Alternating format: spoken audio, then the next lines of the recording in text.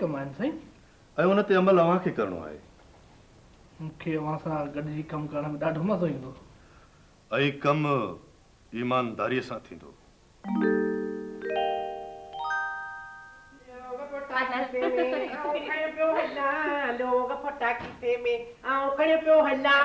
Madam मुझे घर में हलियो पियो अचां अस्सलाम वालेकुम मैडम वालेकुम सलाम के लोंग बस मैडम ताज दुआऊं लोंग घणा ॾींहं थिया आहिनि तुंहिंजे हथ जी चांहि कोन पीती आहे अच्छा अॼु चांहि त प्यार न यानी कि 3 नंबर 3 हाँ। पर ना मैडम ना तव्हां त ॿ ॼणियूं आहियो न यानी कि 3 नंबर 2 खणी अचां न ठीक है हाँ मैडम हुआ है ना एनी मैडम आहे न हाँ कैनेडा वई न त तव्हां जे लाइ मूंखे हिकिड़ो खत ॾेई हुई खत हा आउं खे ॾियां थो किथे आहे हिते बि कोन्हे ही त केस्टूं ऐं लौंग आहिनि केॾा आहिनि हा थियो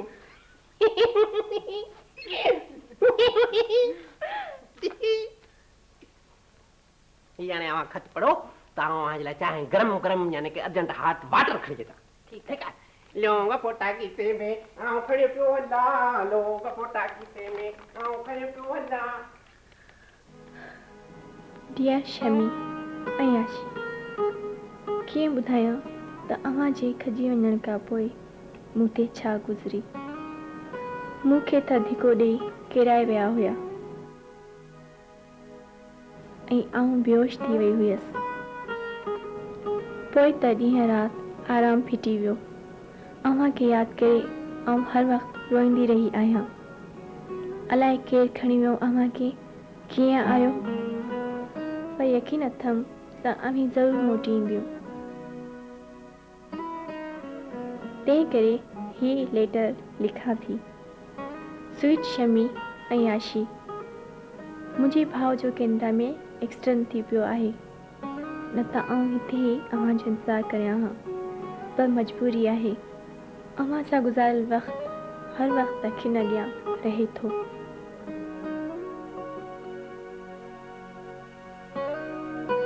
चङो डियर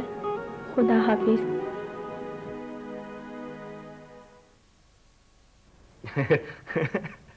सोट बि चई थो वरी दावत बि क़बूल नथो करी कूड़ कोन्हे सोट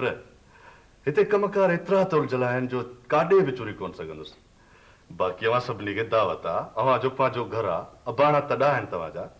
अव्हीं अचो बाक़ी अॻियूं ॻाल्हियूं त हाणे ख़तम थी चुकियूं आहिनि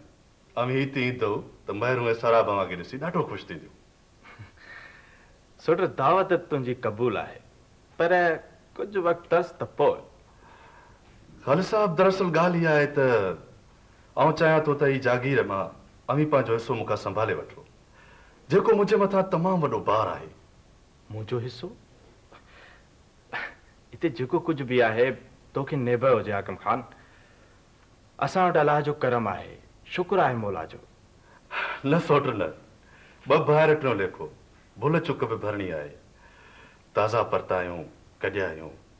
वरियनि जा वीछा विसारिया अथऊं त पोइ इहा वेली पंहिंजी गॾियल मीरास बणजणु खपे ठीकु आहे हाकिम ख़ान ॿियनि ॻाल्हियुनि खे तूं सभिनी खे छॾ